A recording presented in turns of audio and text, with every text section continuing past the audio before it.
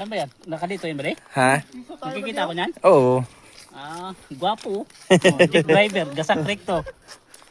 Good morning, Europe! Napakagandang tanawin. Maghahanap kami ng ukay-ukay.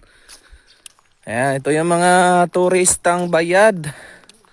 Mga turistang bayad dito sa Europa. Sa ngayon, wala pa tayong bayad dahil hindi pa tayo nakapag-umpisa ng trabaho. So, napakaganda ng tanawin. Napaka-peaceful. Ang sarap manirahan dito. Grabe.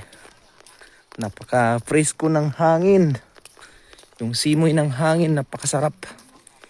Maglalakad kami, maghahanap kami ng mga ukay-ukay. Mga murang mabibilhan namin, gamit namin. Yan. Good morning dito at good afternoon, Philippines. Ilog Nilaw.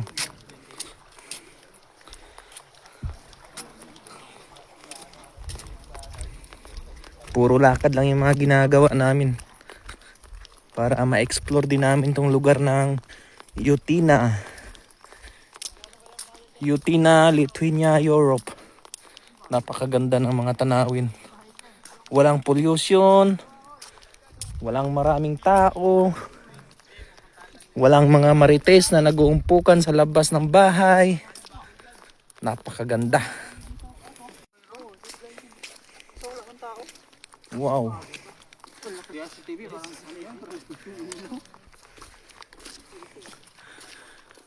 Mga turistang bayad. Ang sarap magiging driver. Saan ba yan? Nakadito yun ba rin? Ha? Nakikita ko niyan? Oo. Gwapo. Jeep driver, gasak recto. Oh, libre ang ano. Exercise tayo, magkatimbang tayo dito. Oh, yan. Ano yan? Exercise ah.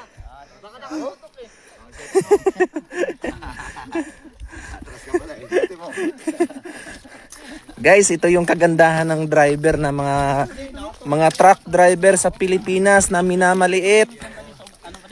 Na wala daw mararating dahil truck driver lang. Pero ngayon guys, nandito na sa Europa. Yan ang drainage ng lake, oh. Dito na sa Europa, namumulot ng basura. Sa Pilipinas, walang halaga ang mga truck driver dahil salot sa lipunan. Traffic sa kalsada, maraming galit.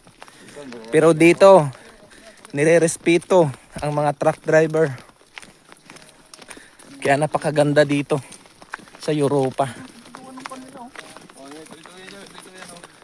Kaya mga trailer driver dyan, may parating na trade test sa San Rafael, Bulacan, August 14, 15, 16. Punta na kayo guys sa San Rafael, Bulacan. May trade test doon para papuntang Europa. Iwanan nyo ng Pilipinas. Puro kutong ang nangyayari dyan sa atin. Puro kutong. Dito sa Europa, napaka-respetado ng mga tao. Napaka-respetado ng mga pulis. Ginagaalang nila dito ang mga truck driver. 17 yata. 17 ba yun ba di? Purman! Masaan ba? Hindi ako prepared eh. Mga ganyan,